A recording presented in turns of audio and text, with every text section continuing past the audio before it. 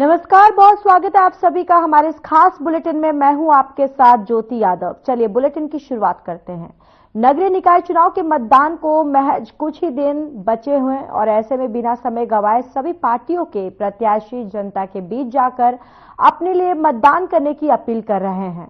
बिलासपुर नगर निगम महापौर प्रत्याशी पूजा विधानी का जनसंपर्क परवान पर है और मीडिया से रूबरू होते हुए उन्होंने कहा कि भारतीय जनता पार्टी ने मुझ पर भरोसा किया है और वे इस भरोसे पर खरी उतरेंगे और भविष्य में विकास की गंगा उनके निगम क्षेत्र में देखने को मिलेगी।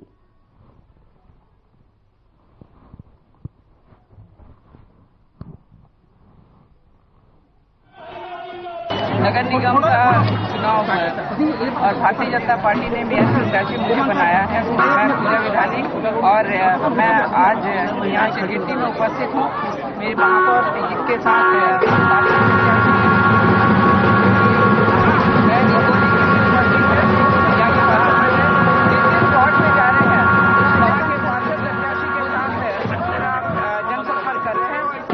माननीय धर्मलाल कौशिक जी हमारे नेता के नेतृत्व में चुनाव प्रचार के बीच में हम उपस्थित हैं।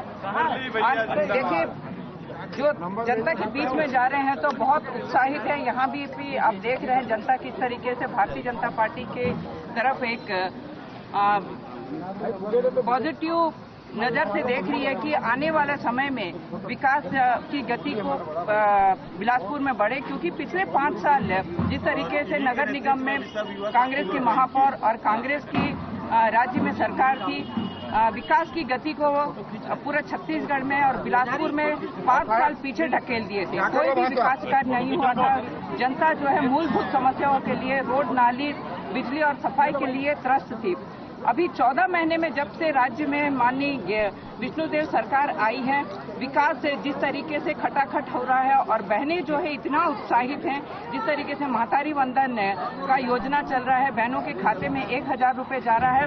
और कल हमारा बजट जो पास हुआ है, केंद्रीय हमारी वित्त मंत्री माननीय निर्मला सीतारमण जी को मैं धन्यवाद देती हूँ। और पूरी जनता जो है, बहनें जो है इतना उत्साहित है कि जो 1000 रुपए महतारी वंदन के रूप में उनको मिल रहा है, उसी पे जो है 25,000 रुपए उनको लोन बहनों को दिया जाएगा, ताकि उन लोग छोटी छोटी व्यवसाय बहनें कर सके, सशक्त हो सके, अपना परिवार को पाल सके।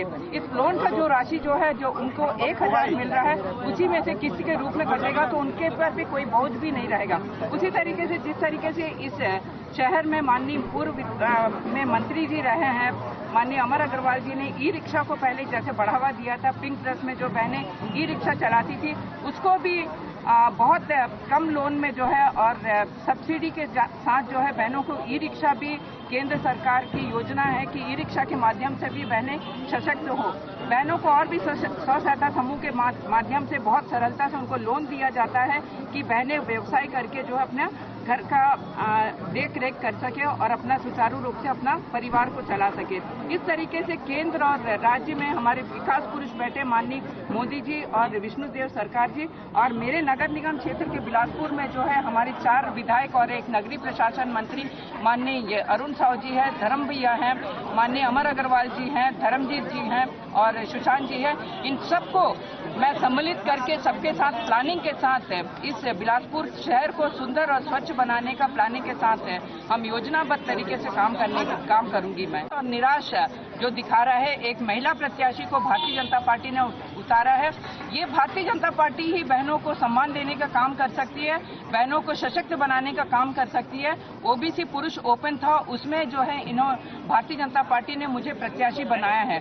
तो कांग्रेस के प्रत्याशी को जो है पहले से मतलब निराश है कि 14 महीने में जिस तरीके से माननीय विष्णुदेव जी का सरकार प्रदेश में काम कर रही है और एक बहन जिस तरीके से पूरा केंद्र और राज्य का योजनाएं संचालित हो रही, चाहे वो बहनों के लिए हो, युवाओं के लिए हो, किसानों के लिए हो, उन योजनाओं को लेके हमारे कार्यकर्ता जो जनता के बीच में जाएंगे, यही हताश और निराशा दिख रहा है। और इनको ये नहीं मालूम है मेरा जाति प्रमाण पत्र पत्र पे जो इन्होंने आपत्ति जताया है।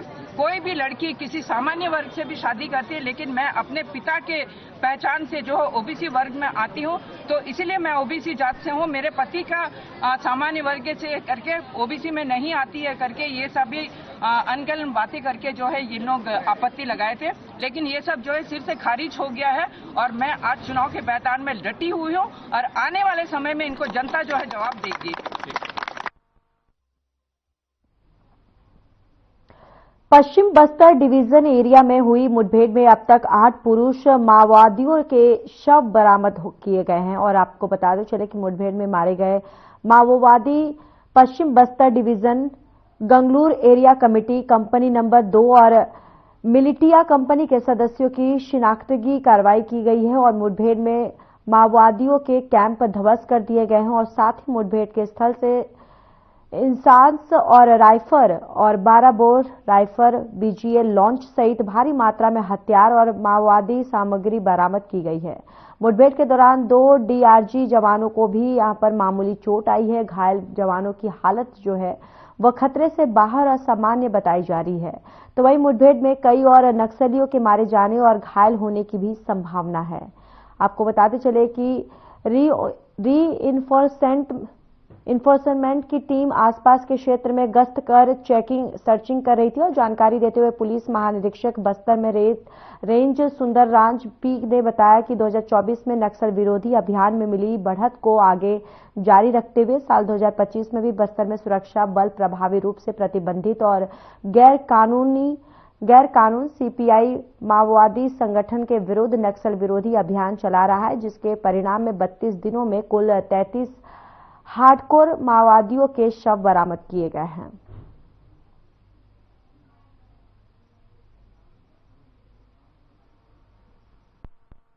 के समय में उसूर एक्सिस पे उसूर से लगभग 2 किलोमीटर पूर्व सीतापुर की तरफ एक 30 किलो का आईडी बरामद हुआ, जिसको मौके पर से बरामद करके सीआरपीएफ 196 और कोबरा 205 की टीम ने संयुक्त रूप से उसको डिफ्यूज किया, बीडीएस टीम ने डिफ्यूज किया।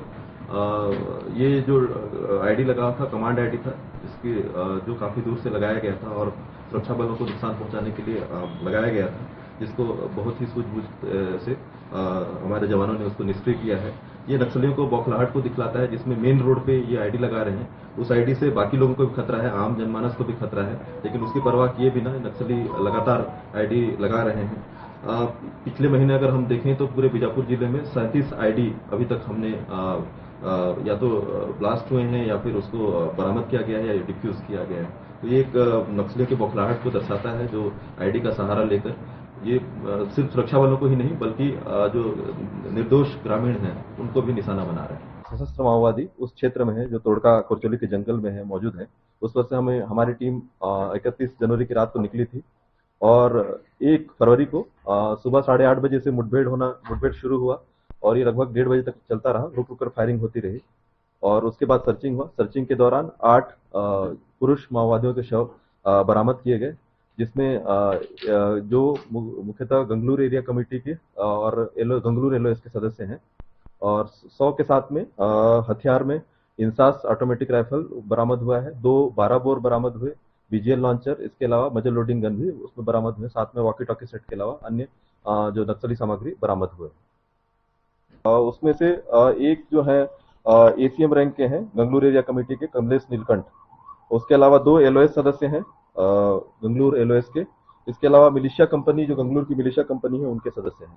तो डिटेल आपको इसमें शेयर हो जाएगा वीडियो के माध्यम से।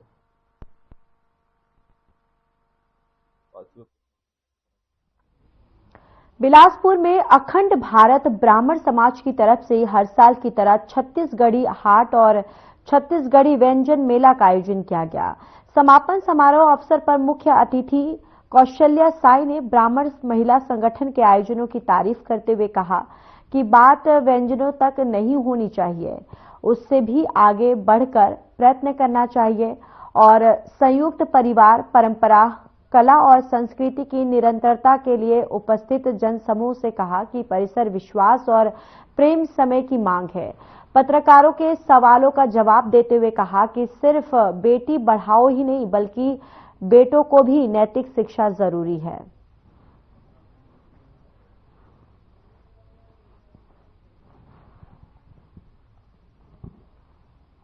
रहिया नर और नारी की। सबसे पहले तो जय जोहार, राधे राधे। और बहुत अच्छा लगा आप लोगों का व्यंजन मेला। और जो स्वरोजगार की बात कर रहे हैं, हमारे जो मोदी जी ने चलाया है अभियान मन की बात, है ना। मन की बात में अब जो मंथली रहता है लास्ट संडे, आप उसको सुनिए। उसमें मोदी जी का सीधा सा संदेश है कि आप आत्मनिर्भर बने। अब वो कैसे बनते हैं उन्होंने मार्गदर्शन कर दिया, ठीक है। उन्होंने मार्गदर्शन कर दिया है कि घर के कुछ सामग्री से आप कुछ ऐसा उपयोगी वस्तु बनाएं और उसको घर के आजू बाजू मार्केटिंग करें। अगर मैं जो गांव से हूँ तो मुझे लगता है कि जिसका छोटा सा टुकड़ा जमीन भी है, आप उसमें कोई भी भाजी उगा लीजिए, कुछ भी ऐसा पौधा उगा लीजिए जिसके माध्यम से आपको रोजगार मिल जाए। तो इस तरीके से जो व्यंजन मेले की शुरुआत है ये बहुत अच्छा है। हम इसके माध्यम से अगर ऐसा होता है तो भी प्रशासन सतर्क हो जाते हैं और उनकी व्यवस्था करते हैं। हम बार बार कहते हैं कि जब ऐसा कुछ होता है, घर के मतभेद हैं, घर के अंदर की बातें हैं, तो उसको हम चौखट से निकाल के बाहर लाते हैं। और ज्यादा कुछ हो जाता है तो फिर हम वही कहते हैं कि महिला प्रताड़ित हो रही है और प्रशासन कुछ नहीं कर रही है। तो यदि हम अपना, जैसे हमने कहा कि एक स्त्री के हाथ में है अपने घर को स्वर्ग बनाना या नरक बनाना। अगर वो स्त्री चाहती है कि घर को हम अच्छा सा करके रखें, व्यवस्था बना के रखें, तो कहीं ना कहीं ये अपने आप रुक जाएगा। पीएम कहे जाते हैं, तो क्या लगता है इस सरकार के आने के बाद कितना विकास हुआ है, कितना बदलाव आप देखे हैं? मैं क्यों देखूंगी, वो तो आप देखेंगे या जनता देख रही है। जनता के मुख से हम लोग सुन रहे हैं। अगर हम लोग जब हमारे पास आते हैं तो हम उनको खुद पूछते हैं कि आप कितने संतुष्ट हैं, क्या आप जितने आवेदन हमारे पास पहुंचा रहे हैं क्या उसमें से कितना आपका काम हो पा रहा है। वो संतुष्ट है, वो कहते हैं कि काम हो रहा है, मतलब कि हाँ शासन काम कर रहे हैं। महिलाओं को रोजगार देने की बात आएगी, शासन को मतलब आपकी तरफ से क्या होना चाहिए कि सभी महिलाएं आत्मनिर्भर बने? नहीं, मैंने ये कहा कि रोजगार जरूर मिले, अब वो स्वावलंबन बने। मोदी जी ने मन की बात के माध्यम से ये बात साफ कर दी है कि आप आत्मनिर्भर बनो। किस तरीके से बने, हमारे ये स्टॉल दिखा। हम नौकरी के पीछे, सरकार ने भी कहा है कि आप कितना भी पढ़ लो, सब कोई को नौकरी तो सरकार भी नहीं दे सकती, कोई भी नहीं दे सकता। लेकिन अगर हम भी अपने मन से कहते हैं कि नौकरी के नाम से पढ़ो मत, आप अपने ज्ञान का विकास करने की इस तरीके से बहुत अच्छा व्यवस्था, बहुत अच्छा। बेटी पढ़ाओ बेटी बढ़ाओ, जो बेटी को क्या पढ़ाना चाहिए ये आज आपने बताया। क्यों आवश्यकता पड़ती है कि फिर से बेटी को समझाया जाए कि उसके संस्कार क्या है, उसका कर्तव्य क्या है? बेटियों के लिए आज बहुत जरूरी है। जिस तरीके से हम अटक से गए हैं बेटी पढ़ाओ के चक्कर में, बेटी को पढ़ा तो रहे हैं, लेकिन कहीं ना कहीं हम उनको भटका भी रहे हैं कि ज्यादा पढ़ने की वजह से बच्चे हाथ से निकल भी जाते हैं। तो कोशिश रहना चाहिए कि ये सिर्फ बेटियों पे ही नहीं, बेटों पे भी लागू हो। हमारे बेटे भी, आज बेटियां कहीं ना कहीं बहुत आगे हैं और बेटे पीछे हो जा रहे हैं। तो बेटों पे भी पूरी कड़ी नजर रहे, बेटियों पे भी रहे बराबर से, क्योंकि आज हमारी संस्कृति कहती है कि बेटा बेटी दोनों बराबर के हिस्सेदार हैं मम्मी पापा के उसमें। तो बेटियों को पढ़ा तो रहे हैं, लेकिन हाँ यदि वो संस्कारवान रहे, उनको चौखट से बाहर निकलकर पढ़ाया जा रहा है तो अपने रंग ढंग अच्छे रखें। घर से जो निकलते हैं विश्वास के साथ माँ बाप का आशीर्वाद लेकर के, वो विश्वास को स्कूल तक लेकर के जाए, कॉलेज तक लेकर के जाए और वहाँ से वापस आए। कुछ काम में लग गए हैं तो काम के लिए भी वही है कि आप सही समय पर जाएं और सही समय पर वापस आ जाएं। अपना सम्मान अपने हाथ में है, इस तरीके से अगर वो बचा के रखते हैं, शिक्षा का सम्मान करते हैं, तो कहीं ना कहीं वो सुरक्षित हैं। और जो हमारे अभी भारत के अंदर हो रहा है वो सब फिर अनर्गल बातें नहीं होंगी।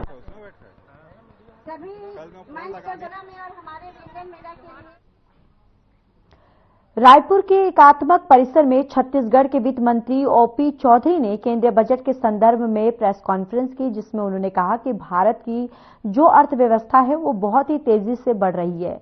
आज दुनिया की जितनी मेजर इकोनॉमिक है उनमें बड़ी तेजी से भारत की अर्थव्यवस्था बढ़ रही है।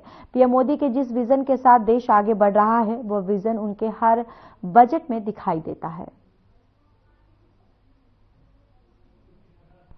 सभी को नमस्कार और सबको बहुत बहुत बधाई और शुभकामनाएं भी कि जल्दी ही आप सब लोग उस इनकम तक पहुंचे जिस इनकम तक मोदी जी छूट दे चुके हैं और विकसित भारत की ओर जो भारत के बढ़ते कदम हैं उसमें मैं आशा करता हूं, विश्वास करता हूं, शुभकामना देता हूं कि बहुत जल्द हमारे सभी साथी उस इनकम तक पहुंचेंगे जिस तरह से देश की विकास की गति है और उसका लाभ सबको मिल रहा है और मिलता रहेगा। मित्रों, जो भारत देश की अर्थव्यवस्था है वो बहुत ही तेजी से बढ़ रही है और आज दुनिया की जितनी मेजर इकोनॉमीज हैं, बड़ी इकोनॉमीज हैं, उनमें सबसे तेजी से बढ़ रही अर्थव्यवस्था है। मैं आदरणीय मोदी जी के विजन के साथ जो देश आगे बढ़ रहा है,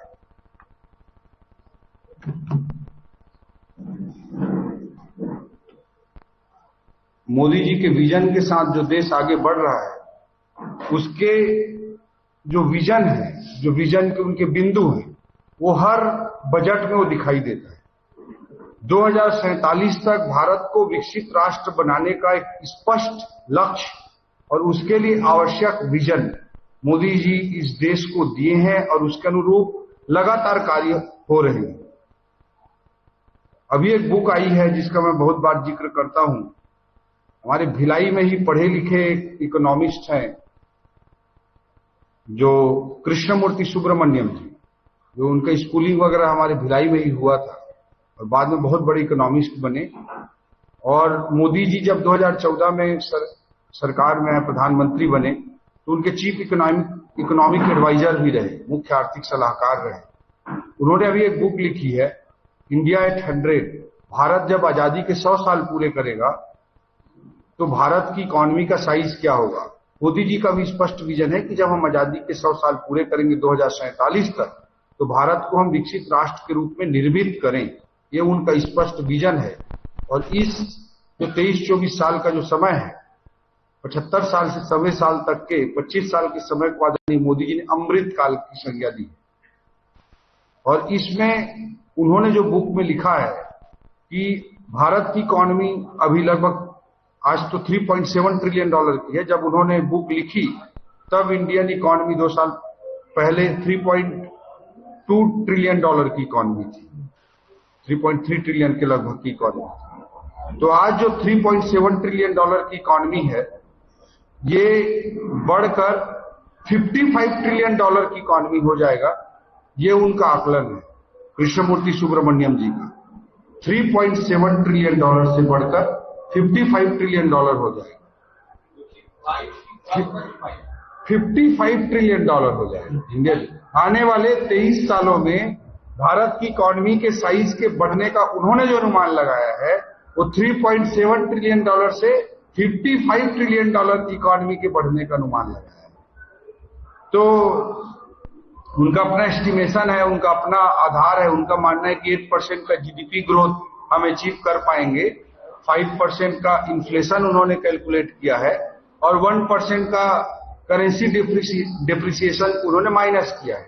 तो 8 + 5 = 13 और 13 - 1 = 12। तो 12% की रेट से इंडियन इकोनॉमी की कंपाउंडिंग होगी, ऐसा उनका अनुमान है, उनका कैलकुलेशन है। उन्होंने अनुमान मानने से पीछे गलत किया है, कैलकुलेशन बोला है। तो 12% की रेट से अगर इकोनॉमी बढ़ती है तो हम बचपन में आप सभी ने पढ़ा होगा रूल ऑफ 72, 72 का नियम, कितने साल में डबल होगा। हमारा गणित में पूछता था हमारा प्राइमरी स्कूल में, सरकारी स्कूल में गुरुजी, कि अगर 12% के रेट से कोई चीज बढ़ रहा है तो कितने साल में डबल होगा। 10% के रेट से बढ़ रहा है तो कितने साल में डबल होगा, ऐसा हमारा गुरुजी पूछता था। तो हमको रूल ऑफ 72 सिखाया था, 72 का नियम बोलता था गुरुजी हमारा। वो बोलता था कि 72 को जितने % से बढ़ रहा है उससे भाग दे दो। तो 12% की अगर दर से इकोनॉमी बढ़ रही है तो 72 से अगर 12 से 72 को भाग देंगे तो 6 आता है। तो उनका मानना है कि 6 साल में कंपाउंडिंग होगी और 6 साल में कंपाउंडिंग होगी तो 24 साल में 4 बार कंपाउंडिंग होगी। उस आधार पे उनका कैलकुलेशन है कि $55 ट्रिलियन इंडिया की इकोनॉमी हो जाएगी। तो इतना बड़ा, और ऐसा नहीं कि दुनिया के कई देशों में ऐसा नहीं हुआ है, दुनिया के कई देशों ने ऐसा करके दिखाया है। जैसे जापान का हम उदाहरण ले सकते हैं। हिरोशिमा नागासाकी में बम अटैक के बाद, द्वितीय विश्व युद्ध के बाद जापान लगभग बर्बादी के कगार पर पहुंच गया था, लेकिन धीरे धीरे वो खड़ा हुए और 1970 से उन्होंने एक विजन के साथ काम करना चालू किया और 1970 से 1995 के 25 सालों में उन्होंने ऐसा ही करके दिखाया। साउथ कोरिया का एग्जाम्पल, सिंगापुर का एग्जाम्पल, इवन चीन का एग्जाम्पल, इस तरह के ग्रोथ का रहा है। तो ये जो 2047 तक विकसित भारत बनेगा, कल के बजट में आदरणीय निर्मला सीतारमण जी ने जो 3 बिंदु का जिक्र किया कि हमारी बुनियाद क्या है ये विकसित भारत बनाने की, उसमें उन्होंने 3D की बात कही। 3D हमारी सबसे बड़ी ताकत डेमोक्रेसी है। डेमोक्रेसी किसी भी आर्थिक विकास को सस्टेनेबल बनाता है।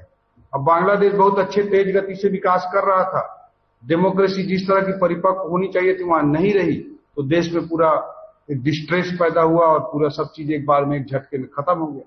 तो हमारे डेमोक्रेसी हमारे इकोनॉमी के लिए भी सबसे बड़ी ताकत है कि एक सस्टेनेबल ढंग से एक लोकतंत्र में ही अर्थव्यवस्था बढ़ सकती है। तो उन्होंने इसी आधार पर एक पहला पॉइंट डेमोक्रेसी को रखा है।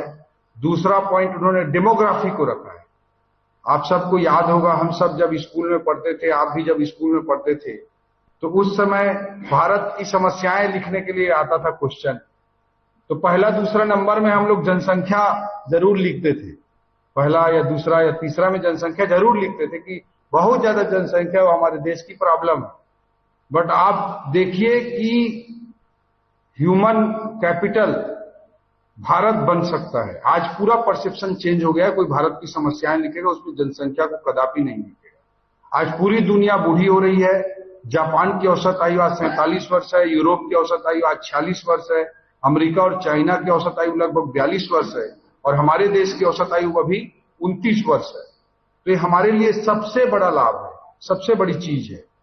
और आज देश के, दुनिया के किसी भी देश में आप जाएंगे तो भारतीय युवाओं का डंका बज रहा है, और भारतीय युवा बहुत अच्छा दुनिया भर में ग्लोबली जाकर के कर रहे हैं। और पूरी दुनिया आज भारत को ह्यूमन कैपिटल के रूप में देखती है, ह्यूमन रिसोर्स कैपिटल के रूप में देखती है। अभी चाइना ने पहले पॉपुलेशन कंट्रोल के लिए बहुत एग्रेसिव पॉलिसी बनाई, लेकिन जाकर के उनका पॉपुलेशन और डेमोग्राफी एक ऐसे फेज में पहुंच गया है जहां वो लोग एक संकट में फंस गए। और आज वो लोग 3 चिल्ड्रन पॉलिसी ला रहे हैं, बहुत सारे उसके लिए इंसेंटिव्स ला रहे हैं 3 चिल्ड्रन के लिए। और हमारे देश में भी एक पार्टी दूसरी है, लेकिन मैं उनको एक विजन की दृष्टि से एक अच्छा विजनरी आदमी मानता हूं, वो चंद्रबाबू नायडू है। उन्होंने भी अभी अपने प्रदेश में 3 चिल्ड्रन के लिए कई इंसेंटिव डिक्लेयर कर दिया कि आने वाले समय में डेमोग्राफी यूथ बना रहे, उसके लिए आज देश और दुनिया सोचती है। तो भारत की जो डेमोग्राफी है, जिसमें औसत आयु मात्र 29 वर्ष है, भारत की 65% आबादी 35 वर्ष से कम आयु वर्ग के युवाओं की है, 65% हमारा पॉपुलेशन 35 ईयर के से नीचे वालों का है। हमारे देश का भी 50% आबादी 25 वर्ष से कम आयु वर्ग की युवाओं की है। तो ये जो डेमोग्राफी है वो भारत को विकसित राष्ट्र बनाने के लिए और पूरी दुनिया में भारत का डंका बजाने के लिए सबसे महत्वपूर्ण फैक्टर है, भारत को विकसित राष्ट्र बनाने के लिए। आज वो बेनिफिट, वो plus point America, China, Japan, Europe के पास नहीं है। तो उन्होंने इस पॉइंट ऑफ व्यू से मुझे लगता है कि डेमोग्राफी को अपना सेकंड आधार स्तंभ माना है। और तीसरा आधार स्तंभ उन्होंने डिमांड को डिक्लेयर किया है। डिमांड को उन्होंने विकसित भारत बनाने के तीसरे आधार स्तंभ के रूप में परिभाषित किया है। तो डेमोक्रेसी, डेमोग्राफी और डिमांड, इन तीनों आधार स्तंभों पर भारत 2047 तक विकसित राष्ट्र बनेगा। ये मोदी जी के नेतृत्व में केंद्र सरकार का स्पष्ट विजन है। अब भारत विकसित राष्ट्र बनेगा तो उसमें समाज के आखिरी छोर पर खड़ा व्यक्ति पीछे न रह जाए, ये भी मोदी जी की चिंता है। और इसी को उन्होंने ज्ञान के सूत्र के रूप में पिरोया है। पिछले प्रदेश के बजट में भी, छत्तीसगढ़ के बजट में भी मैंने ज्ञान का बिंदु को रखा था प्रथम बिंदु के रूप में। हमारे 10 आधारभूत स्तंभों में हमारे 10 फंडामेंटल पिलर्स जो हमने डिक्लेयर किए अपने राज्य के लिए, उसमें पहला बिंदु हमने भी ज्ञान को रखा। आदरणीय मोदी जी के विजन से हम सब प्रभावित हुए हैं और ज्ञान का बिंदु इस बार फिर से रिपीट किया गया है कि विकसित भारत बनेगा तो भारत का जो गरीब है, जी फॉर गरीब, यू फॉर, वाई फॉर युवा, ए फॉर अन्नदाता, एन फॉर नारी, इसमें इनका भी सशक्तिकरण हो, इनका भी विकास हो और समाज का कोई वर्ग पीछे ना छूट जाए। इस दृष्टिकोण से ज्ञान का सूत्र मोदी जी पिरोकर चल रहे हैं। तो एक ओर भारत को विकसित राष्ट्र बनाने का विजन है और दूसरी ओर ये विकास समावेशी हो, इंक्लूसिव ग्रोथ हो, इसे सुनिश्चित करने के लिए ज्ञान का सूत्र भी पिरोकर मोदी जी चल रहे हैं। इसी विजन के एक कड़ी के रूप में, इसी विजन के एक कदम के रूप में विकसित भारत के भवन बनाने के बुनियाद और नींव के एक पत्थर के रूप में इस साल के भी बजट को हमको देखना चाहिए।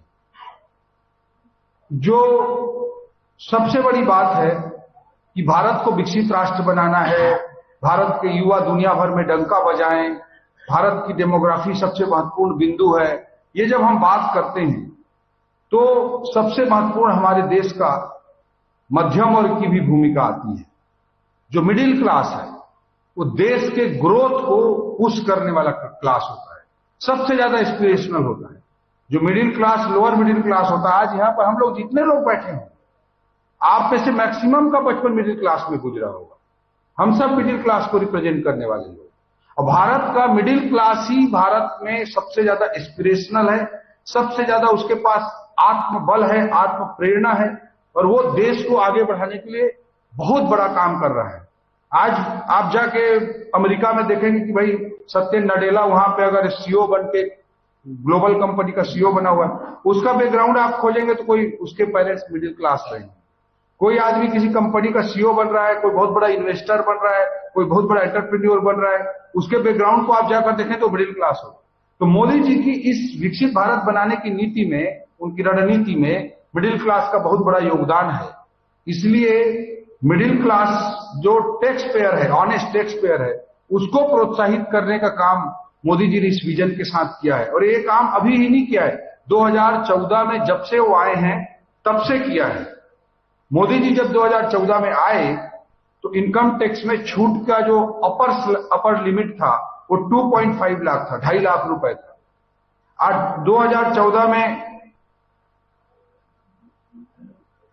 उन्होंने बढ़ाकर शून्य कर स्लैब को बढ़ाकर 2.5 लाख किया, 2.5 लाख किया। 2019 में इसे बढ़ाकर उन्होंने 5 लाख किया।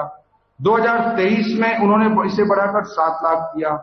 इस बार उम्मीद लोग कर रहे थे कि टैक्स स्लैब में छूट मिल सकती है, बट बहुत सारे एक्सपर्ट से मैंने भी चर्चा की थी, किसी ने नहीं सोचा था कि 10 लाख से ऊपर का छूट हो सकता है। फिलहाल इस बुलेटिन में इतना ही। बाकी देश और दुनिया की तमाम बड़ी खबरों के लिए जुड़े रहिए हमारे साथ। नमस्कार।